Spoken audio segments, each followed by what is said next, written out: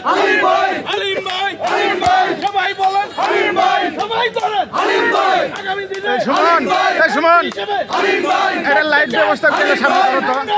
হালিম ভাই, যুব দলের হালিম ভাই, ছাত্র দলের লাইট করো, ওইদিকে লাইট করো। হালিম ভাই, মাথার লাইটটা সরাতে পারেন। বিসমিল্লাহির রহমানির রহিম। মাথার উপরে লাইটটা সরান। আজকে হ্যাঁ, এবার ঠিক আছে, এবার ঠিক আছে। যারা শত শত লোকজন এখানে এসেছেন এই এলাকার ইসলামপুরবাসী, সামনে থান ধরো। তাদের সবার প্রতি আমার শ্রদ্ধা, ভালোবাসা এবং আসসালামু আলাইকুম। এখানে উপস্থিত আছে এই এলাকার মুরব্বী স্বজন, এখানে উপস্থিত আছে আমাদের জাতীয়তাবাদী দলের বিভিন্ন পর্যায়ের নেতৃবৃন্দ, ছাত্রদল, যুবদল এবং মূল দল সহ বিভিন্ন দলের নেতাকর্মী উপস্থিত আছে। আজকে আমরা এখানে আসার উদ্দেশ্য হচ্ছে জাতীয়তাবাদী দল বিগত 15 বৎসর, 16-17 বৎসরই বলা যায়, বিভিন্নভাবে তার নেতা কর্মীগণ নিগৃহীত হয়েছেন, তাদের অত্যাচারিত হয়েছেন, নিপীড়িত হয়েছেন, বঞ্চিত হয়েছেন। শুধু বিএনপির কর্মী নয়, সারা দেশবাসী। আজকে দেশের যে প্রান্তেই যান দেখবেন হাহাকার অবস্থা। রাস্তাঘাট, ব্রিজ, কালভার্ট, এই এলাকায় আমি বিগত কয়েক মাস যাবৎ ঘুরছি, বিশেষ করে পশ্চিম এলাকার নদী বিধৌত, নদী ভাঙ্গন এলাকাগুলি আমি পর্যবেক্ষণ করেছি। আগেও এসেছি, আপনাদের হয়তো মনে আছে। এই এলাকার মানুষকে একটু স্বস্তি দেওয়ার জন্য, এখানে বন্যা প্রভাবিত এলাকা থেকে, নদী ভাঙ্গন থেকে রক্ষা করার জন্য আমি ব্যক্তিগতভাবে উদ্যোগ নিয়েছি। আমি কি করতে পেরেছি সেটা বড় কথা নয়, করতে পারিনি বিভিন্ন কারণে, আপনারা সেটা জানেন, সম্পূর্ণ করা যায় নাই। এখনো নদী ভাঙ্গন, এখনো নদীর উপর যে বাঁধ, সেটা মোটেই ভালো নয়। সেখানে আপনি দেখছেন যে এখান থেকে শুরু করে কুলকান্দি থেকে শুরু করে সেই মাদারগঞ্জের লাস্ট পয়েন্ট পর্যন্ত আমি ঘুরেছি।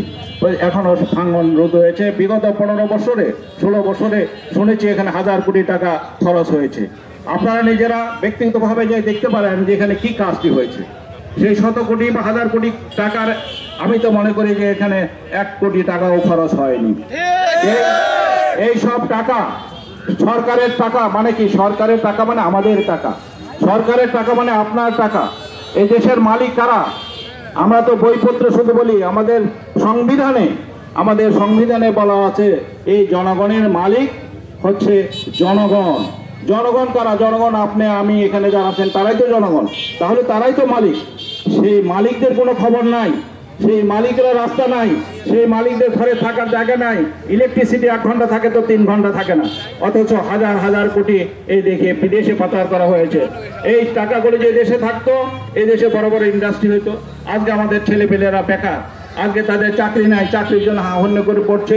MA পাস করছে, BA পাস করছে, ইঞ্জিনিয়ারিং পাস করছে, ডাক্তার পাস করছে, ডাক্তারি পাস করেও তারা চাকরি পাচ্ছে না। এমন একটি দেশ, দুর্ভাগা দেশ। সেই দেশকে দুর্ভাগা করেছে কে? আমরা জনগণ নই।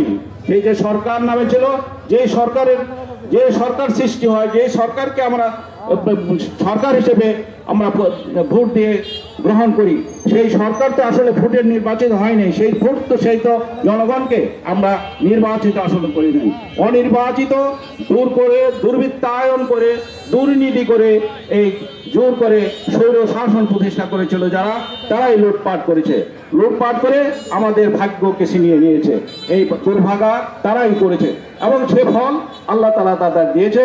তারা দৌড়ে পালাতে বাধ্য হয়েছে।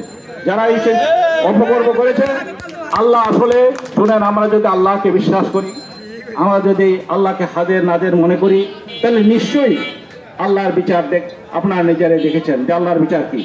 আল্লাহ হয়তো কিছু কিছু বিচার মনে করেন যে এখানে হয়তো অমুক লোকটা এখনো পালিয়ে আছে, এখনো তার বিচার হয় নাই, কিন্তু একদিন না একদিন একদিন তার বিচার হবেই। একালে না হলে পরকালে অবশ্যই বিচার হবে। সুতরাং এখন তারা যে ভুল করেছে, আমরা যেন আমাদের লেসন, আমাদের শিক্ষণীয় বিষয় হলো যে আমরা প্রতিশোধ নিতে যাব না। আমাদের প্রতিশোধ নেওয়ার প্রয়োজন নাই, প্রতিহিংসার প্রয়োজন নাই। আমরা প্রতিদ্বন্দ্বী হব, আমরা অন্য আরো দল থাকবে, সেই দলের সঙ্গে আমরা কম্পিটিশন করব, প্রতিযোগিতা করব, কিন্তু প্রতিহিংসা করে, কারো ক্ষতি করে নয়, ব্যক্তিগত স্বার্থ উদ্ধারের জন্য। আমরা সৎ নেতা হিসেবে, আমরা ভালো নেতা হিসেবে, দক্ষ নেতা হিসেবে আমরা নির্বাচিত করব। এই এলাকার আপনারা ধরে নেন, আপনার একটা নির্বাচন আসছে, সেই নির্বাচনে আপনাদের একজন নেতার প্রয়োজন হবে। সেই নেতা আপনার ভোট আপনি দেবেন। আর ইনশাল্লাহ বিগত দিনে, বিগত 17-18 বছরে যে নির্বাচন হয়েছে, সেই নির্বাচন আসলে নির্বাচন নয়। এখন যে নির্বাচন হবে, এবছরে যে নির্বাচন, সামনের বছর বা 2 বছর পরে যে নির্বাচন হবে, সেই নির্বাচন হবে আসল নির্বাচন।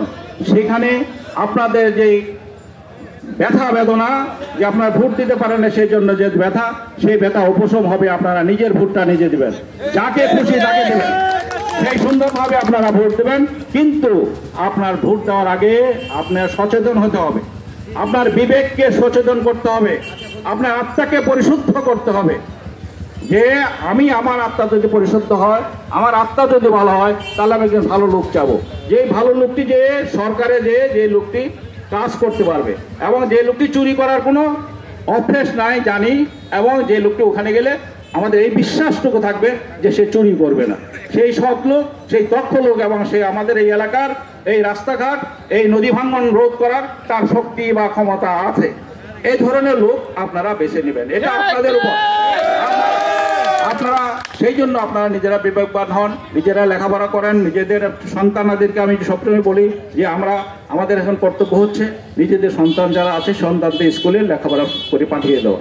যারা স্কুলে পাঠান নাই, যারা স্কুলে পাঠিয়েছেন, তাদের কাজ হবে ওই সন্তানটি সঠিকভাবে লেখাপড়া করে কিনা, এবং ওই সন্তান সঠিকভাবে লেখাপড়া করেন তার শিক্ষককে যোগাযোগ করবেন। শিক্ষক স্কুলে যায় কিনা সেটাও তদারকি আপনাদের করতে হবে। শিক্ষক না গেলে শিক্ষকের রিকোয়েস্ট করতে হবে, অনুরোধ করতে হবে, ভাই বা স্যার আপনার স্কুলে সঠিকভাবে যান, আমাদের বাচ্চাদের জন্য আপনার লেখাপড়াটা সুন্দরভাবে করান। এটা আপনার হতে। আর সেই সন্তান আপনার ঠিক মতো লেখাপড়া করলো কিনা, বাসায় এসে আপনার হোমওয়ার্কটা করছে কিনা, সেটাও আপনাকে তদারকি করতে হবে। এই স্কুল, কলেজে, ইউনিভার্সিটি ছেলে পাঠিয়ে দিয়েছেন,